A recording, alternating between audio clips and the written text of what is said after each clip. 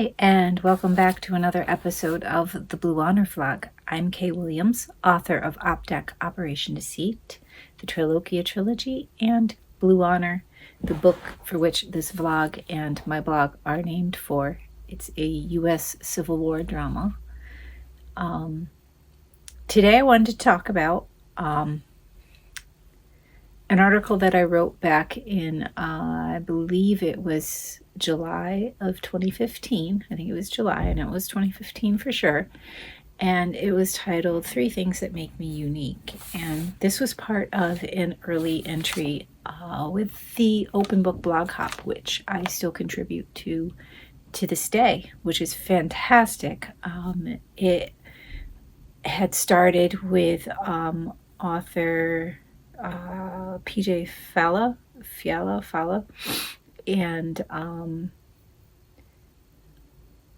PJ McLean, and it is still going with the second PJ and myself. We keep that Facebook group going, and we have a whole bunch of new authors. So if you subscribe to my blog, authorkwilliams.com, and you can put your email address in the top bar. There's a spot for it, and hit enter to subscribe.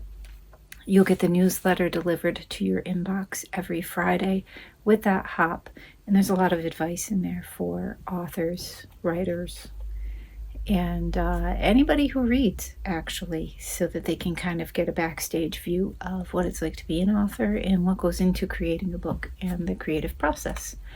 And it's extremely interesting. We have a fabulous lineup of authors on there. We always do. And it's always a good turnout. Every Monday at about noon, everyone links up their posts.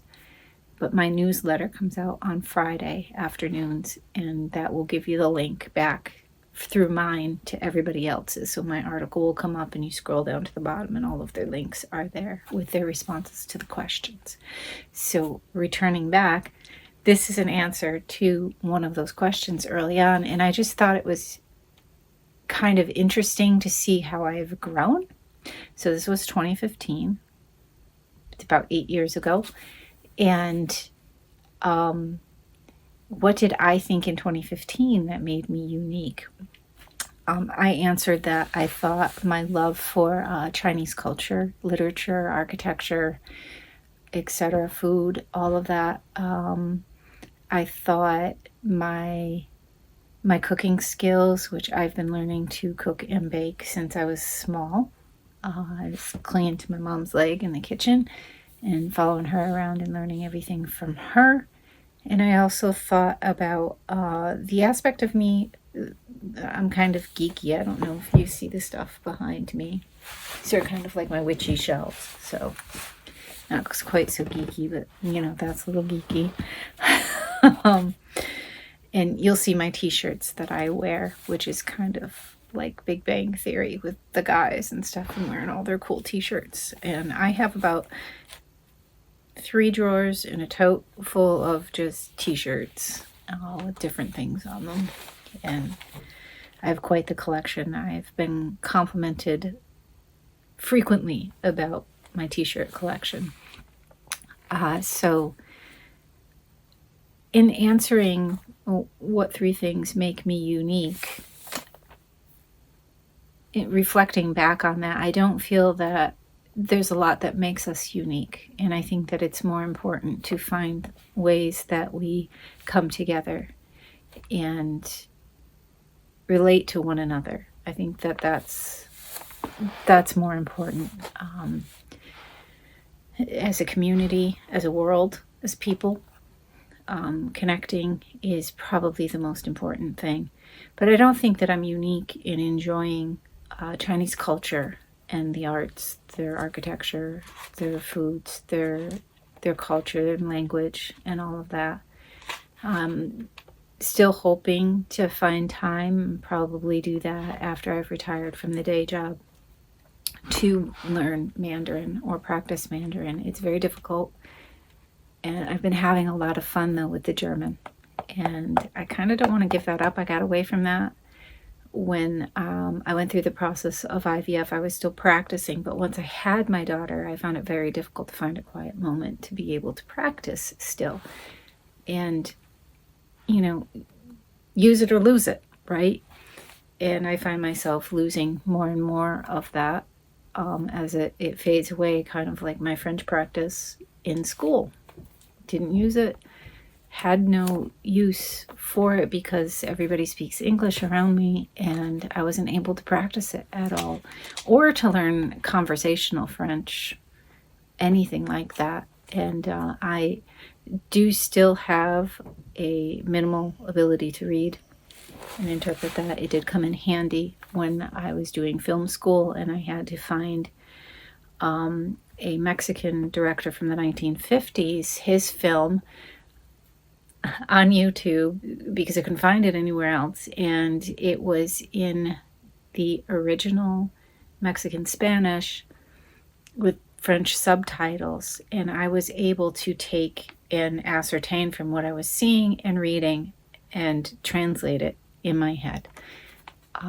And that had been in high school when I took French, and that wasn't until 2014. So I graduated high school in 93, and 2014 was when I was doing my master's studies, probably about 2015, 2016, when I was actually watching that film. And so I was kind of impressed with myself. It was very cool to be able to do that. I don't, like I said, I don't think that makes me unique. There's a lot of people out there who cook and bake, or just cook or bake. The geeky stuff, that's my crowd. There's a lot of people out there who are into the nerdy stuff like Star Wars and Tolkien and the Funko Pops and stuff that I collect, all of that stuff. The witchy things. And trying to piece together a culture via whatever my ancestry is. And I won't really get into that here because that's not what the topic is about. What would I say today that I feel is unique about me? I don't know. I try to think about that. It's like, I know when I lost Sadie, that was my dog who I started Shag Bottom Theater with. When I lost her, I realized that I don't want to exist without dogs in my life. And I felt like I can't define myself. I don't know who I am without a dog at my hip. It's part of who I am. And again, that doesn't make me unique because there are so many folks out there who feel the same way. Dogs are like everything to them. And there's people who feel that way about their fandoms, whether that be Marvel or DC or, again, Tolkien, Neil Gaiman stuff, all of that. Maybe their niche is culture, like China, just culture and the architecture and stuff, and studying that, and languages. We all have something, but we all interconnect. It's kind of like the intertext that I talk about quite frequently, and how things overlap and make meaning and stuff within us, within our groups, within, you and I, etc. So I like better the question, what are 3 things that make me more interesting? And I would say it's probably the items that I surround myself with. Like I said, my witchy stuff. That comes from the Celtic background that I have, and reconnecting with that and trying to piece it together and learn more about that. As people immigrate to other areas, they don't always maintain their culture, and they try to assimilate, and there's a lot of erasure of culture, etc. And that leaves later generations, floundering, trying to figure out, like my last name, Williams, typically Welsh name, but how much do I know about Wales? And again, there's another language that I need to buckle down and practice. It's difficult to learn much without being within the borders of the nation that gave rise to those cultures and systems and beliefs and ideas and arts and foods and people. And hopefully I get there at some point. That is a huge goal for me, is to visit Wales and spend some time. My mom and dad were able to do so, and they absolutely adored it. And I can't see why they wouldn't. There's a long historical connection. But also, you do the DNA swabs and stuff, and you show more Irish than you do this because the genetic lottery just spins out a certain way. You took this from your parents, and this piece and this piece, and it made this piece, and that is heavy on this instead of that. But me and my brother may be completely opposite. Like he's heavier Irish, maybe I'm heavier Italian, etc., things like that. So you can't always trust the results of your DNA test to tell you what your culture should be. So you have to trace your roots through people, which, the DNA swab does help with that. Don't keep staring at the percentages. Go find your people. It's the people that matter. What makes me probably interesting is speaking in the line of witchy stuff, and I love to surround myself with all of that esoterica, as they call it. The fact that I write books from dreams that I've had, I would think that that's interesting. And people do usually stop and go, oh my God, wow. Especially when I'm talking about the Trilogia series. And they stop and they go, you dream that? And I'm like, to this day, I dream that. And every night I go to sleep, just about every night, there's that world opened up again in front of me, or something like it. And I find it very interesting, which is why I wrote the books.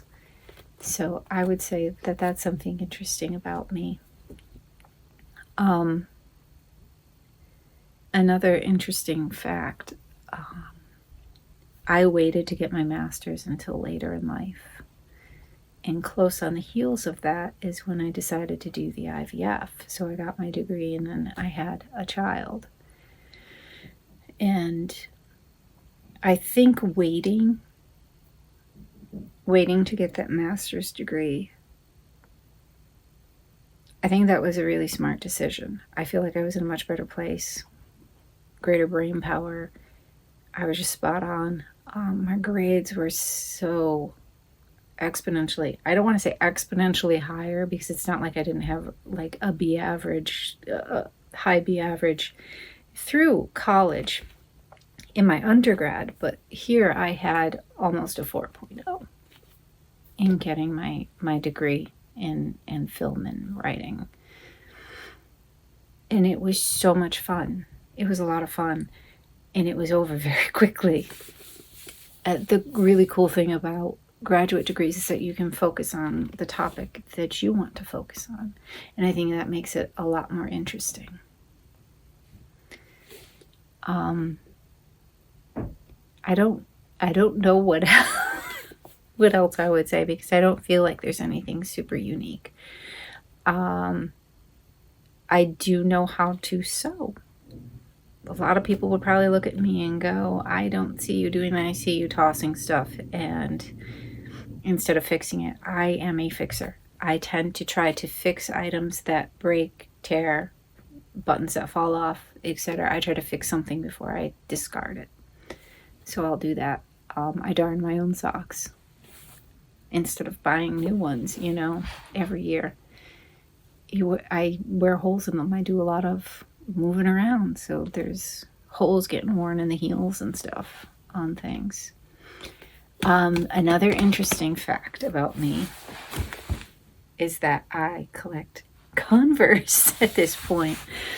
I would start calling it a collection. I have several pairs, probably about 10 or 12 pairs.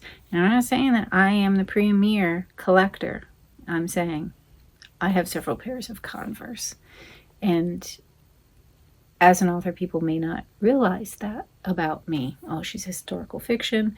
I think people tend to make up their mind about what they think that they see, when in fact you haven't really learned to get to know me. You've made a decision out of your own projections about me. And I don't know that Converse come into it. But there's that. Back in the 90s and early 2000s, I was a total fashionista.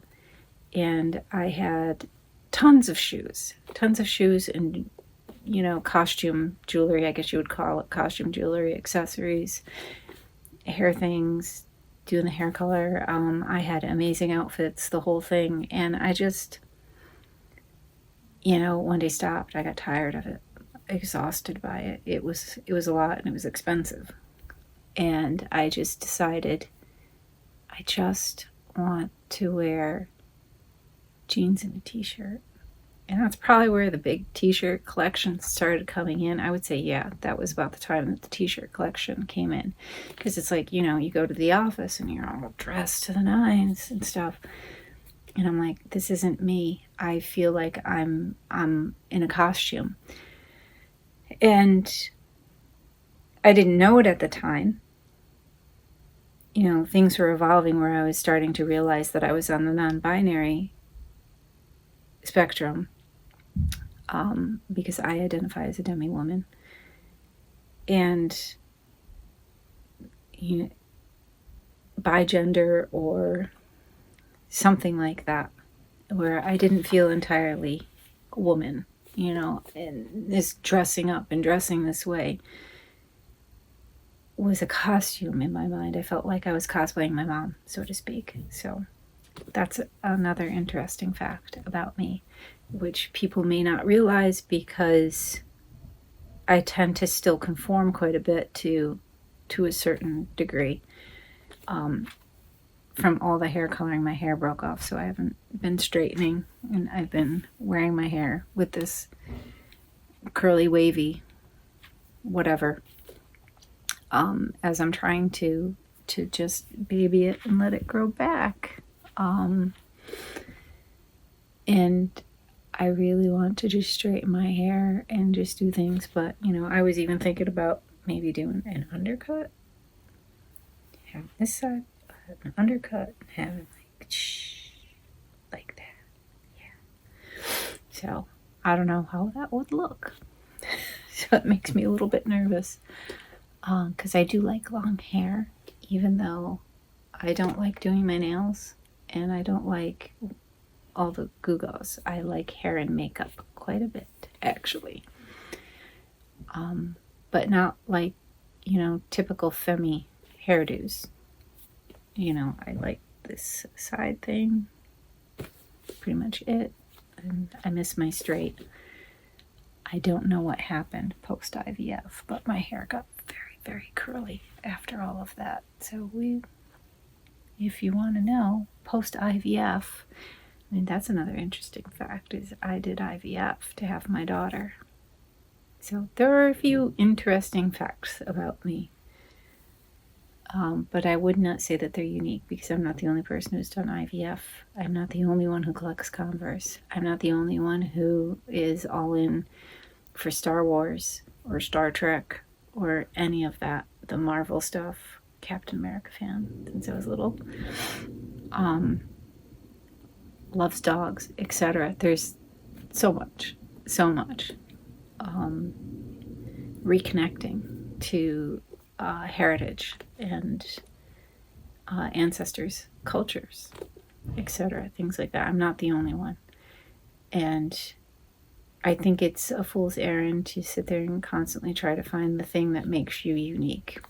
I think find the thing that makes you happy for you to express yourself through. Don't worry about being unique. Maybe you will be, maybe you won't be, but don't tie yourself up in knots trying to be different from everybody else, because there's a billion people on this planet and it's very likely you won't be different, and that's okay. You're worth just as much as everyone else. You know, you are as worthy and loved and needed in this world, whether you are unique or not. So don't tie yourself in knots trying to be unique. Try to find those ways in which you connect with others and find your community. And that's really important when you're trying to be happy. So, and that helps you be happy within yourself, which is the first step to happiness. All right. You can go ahead and read this article. I will try to remember to link it in the information below the video. And you can see what I talked about back in 2015 about those 3 items. And please subscribe and be back here next month. I usually post about one of these a month at this point, because my following is a little small, and you know, if there was more to do with this and stay home and come up with things, I would spend a lot more time doing this, but it's kind of difficult, you know, when I'm being pulled in multiple directions. So I do try to keep up. If you have any questions or ideas that you think would be great for the vlog, you know, drop them in a comment below. I appreciate it. Thank you, and I'll see you back here next time.